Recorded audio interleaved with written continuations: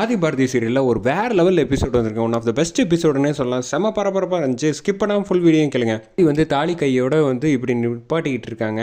அப்போன்னு பார்த்து வந்து எல்லாரும் தாலியை கட்டுப்பான்னொன்னே மாலையை வந்து டக்குன்னு வந்து கட்டிடுறாங்க. கட்டிட்டு எந்திரிச்சு நின்று எல்லாரும் மன்னிச்சிருங்க, எனக்கு இந்த கல்யாணத்தில் விருப்பம் இல்லை அப்படின்னு சொல்லிடுறாங்க. சாரதான்லேருந்து எல்லாரும் அதிர்ச்சி ஆகிடுறாங்க. பாரதி பார்த்துட்டு ஐயோ என்ன நிப்பாட்டிட்டாங்களே அப்படின்னு இப்போ ரொம்ப பதட்டத்தில் இருக்காங்க.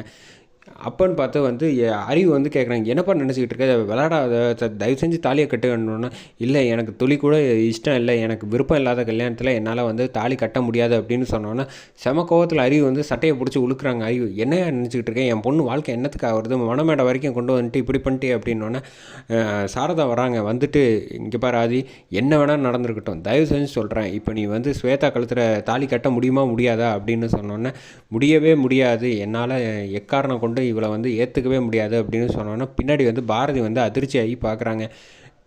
அந்த சமயத்தில் வந்து ஏகாம்பரம் வந்து ஆதிக்கு வந்து ஏற்கனவே இந்த கல்யாணத்தில் விருப்பம் இல்லைன்னு எனக்கு சந்தேகமாக தான் இருந்துச்சு, அப்படி இருந்தும் பவானியும் சப்போர்ட் பண்ண ஆரம்பிச்சிடுறாங்க ஆதிக்கு. அவனுக்கு வந்து விருப்பம் இல்லைன்னா ஏதோ ஒரு காரணம் இருக்கும், அவன் இல்லைன்னா இந்த மாதிரிலாம் விஷயம் சொல்ல மாட்டான். கடைசி நேரத்தில் என்ன விருப்பம்னு அவன்கிட்ட கேளுங்க அப்படின்னோடனே, அது என்ன விருப்பமாக வேணாலும் இருக்கட்டும், செஞ்சு சொல்லுப்பா அப்படின்னோடனே, எனக்கு வேற ஒரு பொண்ணை பிடிச்சிருக்கு அப்படின்னு சொல்லிட்டு இப்படி திரும்பி பார்க்குறாங்க. பாரதியை பார்த்த வேகத்து பாரதி வந்து அதிர்ச்சியாகி நிற்கிறாங்க. ஆனால் வாயில் வந்து எந்த பொண்ணுன்னு சொல்லலை. இப்போதைக்கு என்னால் இவ்வளோ தான் சொல்ல முடியும், இதுக்கப்புறமேட்டுக்கு என்னை மன்னிச்சிருங்க அப்படின்னு சொன்னோன்னே எல்லோரும் கோச்சிக்கிட்டு போயிடுறாங்க.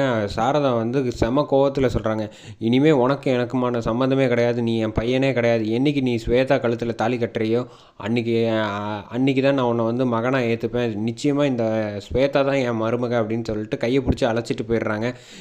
ஆதி வந்து அதிர்ச்சியாகி இங்கேயே நிற்கிறாங்க. மற்ற எல்லோரும் வந்து போயிடுறாங்க. அப்போன்னு பார்த்து தமிழ் கரெக்டாக வராங்க. வந்து என் ஃப்ரெண்டு அழுகுறீங்க, அழுகாதீங்க, எதுவாக இருந்தாலும் பார்த்துக்கலாம் அப்படின்ட்டு கட்டி பிடிக்கிறாங்க. கட்டி பிடிச்சோன்னே வந்து சரி நான் கிளம்புறேன் அப்படின்னு சொல்லிட்டு ஃப்ரெண்டு, நீங்கள் அழாதீங்க, தைரியமாக இருங்க அப்படின்னு சொல்லிட்டு தமிழ் இந்த பக்கம் வராங்க. லதா, பாரதி, தமிழ் எல்லோரும் வந்து கிளம்பி போகிறாங்க. கேசவனை வந்து தள்ளி விட்டு பக்கத்தில் நிற்காதுன்னொன்னா மண்டபத்தில் யாருமே இல்லை, அவர் மட்டும் முட்டி போட்டு அழுதுகிட்டே இருந்தார்.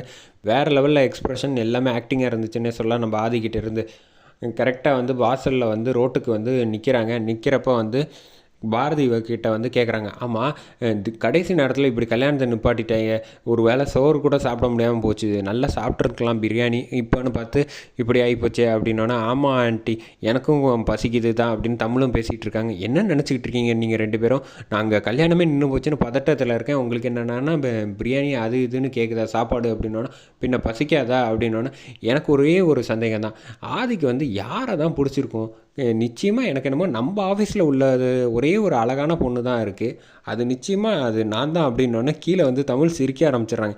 என்ன விளாண்டுக்கிட்டு இருக்கீங்களா, அப்படி நான் இல்லைன்னா வந்து வேற ஒருத்தங்க தான் இருக்காங்க அப்படின்னோடனே, இங்கே பாரு நிறுத்து, இது வரைக்கும் நீ விளையாட்டாக பேசினதெல்லாம் சரி, இப்போ வந்து பேசுகிறது சரியில்லை, கல்யாணமே நின்று போயிடுச்சு, நீ என்னென்ன இப்படி பண்ணிக்கிட்டு இருக்க அப்படின்னோடனே பாரதி வந்து கோவமாக பேசுகிறாங்க. கீழே சிரிச்சுக்கிட்டு இருக்காங்க நம்ம தமிழ்.